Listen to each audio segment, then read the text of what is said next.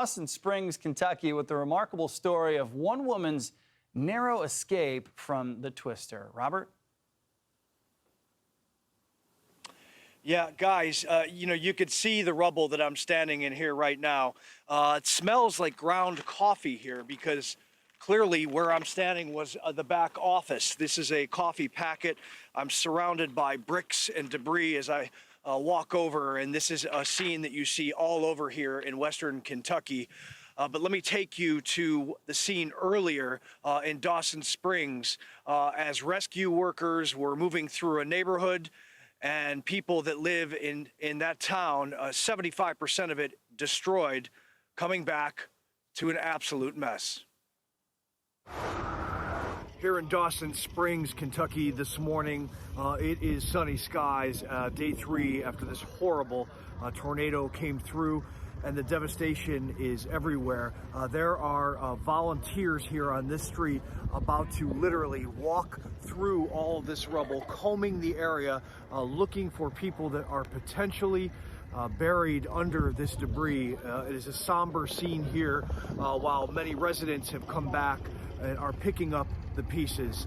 We talked to one woman who made it out barely alive. We just managed to get into the basement, and it went right overhead, and it essentially lifted our house, which is right over here on the other side, lifted our house about and shifted the whole first floor about 10 feet off the foundation. The tomatoes were sitting right here, and they're undisturbed.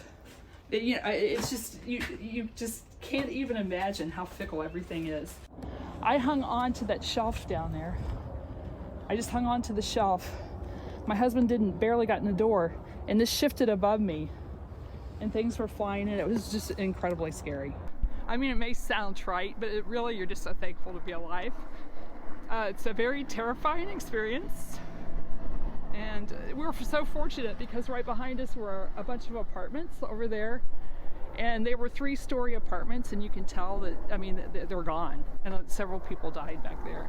And so we're fortunate. I mean, I lost a lot of things that meant something to me, but we're alive.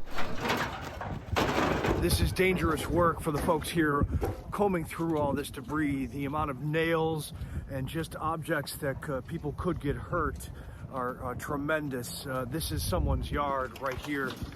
There is nothing left. There's the slate and then just trees that are down, and you can see the volunteers going through and sifting through everything.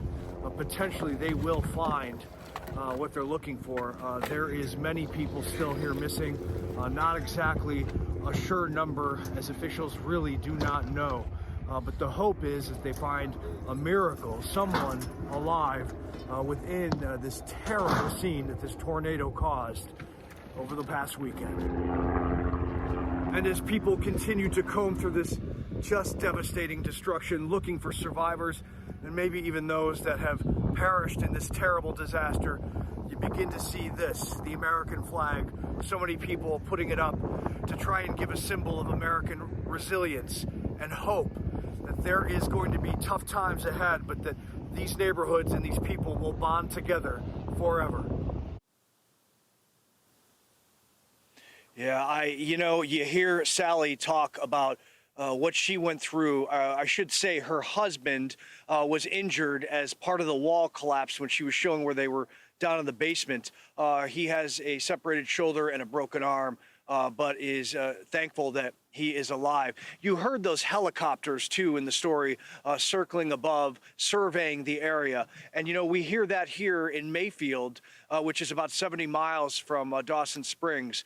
That's been going on this evening, as well as heavy moving machinery picking up this rubble behind me, though they're being very careful about that as search and rescue crews with K9 units have been going through it all day today. And once they clear it, then the people start to come in and remove the bricks with the machines. It's just beginning here, though it is still very active as far as people missing.